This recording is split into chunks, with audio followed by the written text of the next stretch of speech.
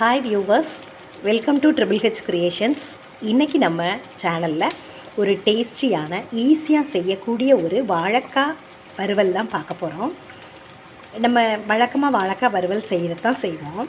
ஆனால் இன்றைக்கி நம்ம செய்கிறது ரொம்ப ஈஸியாக 2-3 பொருள்களை மட்டும் வச்சு ரொம்ப சீக்கிரமாக நல்ல டேஸ்ட்டாக செய்ய போகிறோம். அது எப்படி செய்யலாம் அப்படிங்கிறத இந்த வீடியோவில் பார்க்கலாம். இப்போ இந்த வாழைக்காய் ரெசிபி செய்கிறதுக்கு தேவையான பொருள் என்னன்னு பார்க்கலாம். ஒரு 6 காஞ்ச மிளகாய் எடுத்துக்கிறேன், 1 ஸ்பூன் சோம்பு எடுத்துருக்கிறேன், கொஞ்சமாக கருவேப்பிலை, இப்படி ஒரு பூண்டு எடுத்துருக்கிறேன். இதை தோலோடையே நம்ம மிக்சியில் போட்டு அரைச்சிக்கலாம். சில நேரம் இந்த பூண்டில் கருப்பாக அப்படி இருந்ததுன்னா நம்ம இதை நல்லா கழுவிட்டு வெறும் தோலோடு போடுறது தான் நல்லாயிருக்கும். இந்த கொண்டையை எடுத்துடலாம், இந்த காம்பை எடுத்துடலாம். இது ரெண்டையும் எடுத்துட்டு இந்த பூண்டை நல்லா கழுவிட்டு கருப்பெல்லாம் இல்லாமல் கழுவிட்டு அதுக்கு பிறகு இதை நம்ம தோலோடு அடிக்கிறது தான் நல்லாயிருக்கும். தோலை உரிச்சிட்டு நம்ம அடிக்கும்போது கொஞ்சம் பிசுன்னு இருக்கும், சீக்கிரமாக சட்டியில் தீஞ்சு போயிடும். அதுக்காக தான் இதை நம்ம தோல் உரிக்காமல் போடணும் அப்படின்னு சொல்கிறேன்.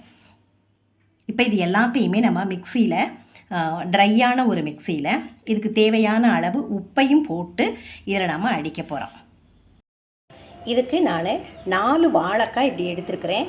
இதை நல்லா நம்ம தோல் உரிச்சிட்டு அதை 2ஆக கட் பண்ணி சுடுதண்ணியில் கொஞ்சம் நேரம் போட்டு ஹாஃப் பாயில் பண்ணி எடுத்துக்கணும். இப்போ அந்த வாழைக்காயை அந்த காய் மட்டும் மூழ்கிற அளவுக்கு தண்ணி ஊற்றி அதில் மஞ்சள் பொடி போட்டு ஒரு அரை வேக்காடு நம்ம வேக வச்சு எடுத்துக்குவோம்.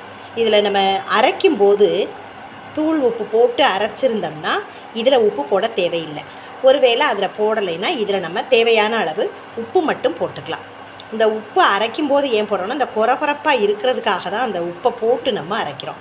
இப்போ இது ஒரு 5 நிமிஷம் வேகட்டும். அது வரைக்கும் நம்ம இதை மூடி போட்டுருவோம். ஒரு 5 நிமிஷம் கழித்து பார்க்கலாம்.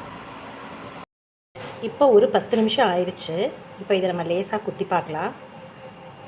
நல்லா வெந்துட்டு இனிமேல் இதை எடுத்து ஆற வச்சுட்டு இதை பொடியாக கட் பண்ணிக்கணும். அவிச்ச வாழைக்காயை இப்படி நான் கட் பண்ணி வச்சுக்கிறேன். இப்போ நம்ம அடுப்பில் பாத்திரத்தை வச்சுட்டோம். எண்ணெயை ஊற்றிட்டு தாளிக்க வேண்டியது தான்.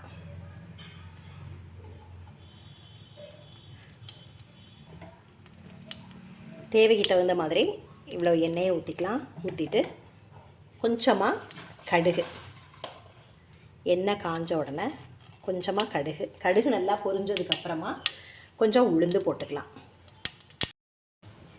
நல்லா கடுகு பொரிஞ்சிடுச்சு. இப்போ நான் உளுந்து போடுறேன்.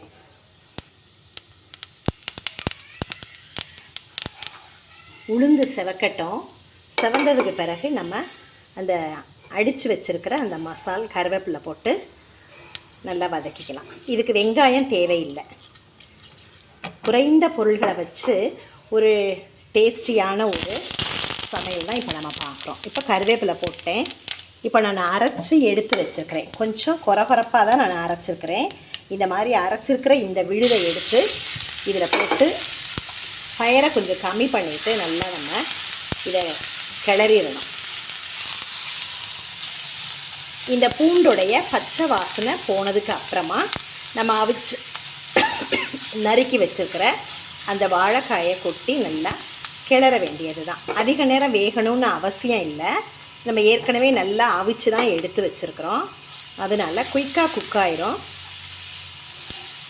இப்போ ஓரளவு நல்லா இதெல்லாம் கலர் மாறி வந்துட்டு இப்போ நம்ம வச்சுருக்கிற அந்த வாழைக்காயை இதில் சேர்த்துடலாம்.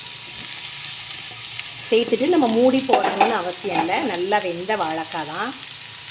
நம்ம இதில் உப்பெல்லாமே சேர்த்து தான் அரைச்சிருக்கிறோம். அதனால் இதை உப்பெல்லாம் மறுபடி சேர்க்க தேவையில்லை.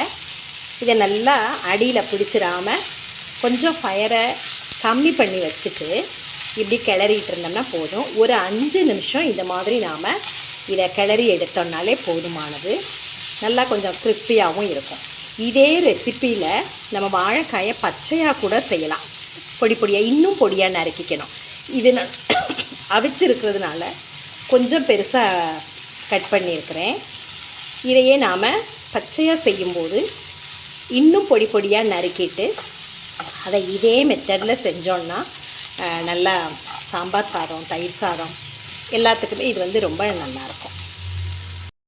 இப்போ நம்மளோட வாழைக்காய் வறுவல் ரெடி ஆயிடுச்சு. இப்போ நம்ம வேறு பாத்திரத்துக்கு இதை ட்ரான்ஸ்ஃபர் பண்ணிக்கலாம். நமக்கு அழகான நல்ல டேஸ்ட்டில் அருமையான ஒரு வாழைக்காய் பொரியல் ரெடி ஆகிட்டு. இது வந்து தனியாக சமைச்சு சாப்பிட்ற ஜென்ட்ஸ் கூட இதை வந்து ரொம்ப ஈஸியாக செஞ்சுருவாங்க. ஏன்னா இதில் மிக குறைவான பொருள்கள் தான் நம்ம வந்து சேர்த்துருக்குறோம். செய்கிற டைம் ரொம்ப குறைவான நேரத்தில் தான் செஞ்சுருக்குறோம். அதனால் இதை நீங்களும் வீட்டில் சமைச்சு பாருங்கள். உங்களுடைய டேஸ்ட் எப்படி இருக்குதுன்னு பாருங்கள். செய்கிறது ஈஸியாக இருந்துச்சான்னு கமெண்ட்ஸ் பக்கத்தில் கொஞ்சம் ஷேர் பண்ணுங்கள்.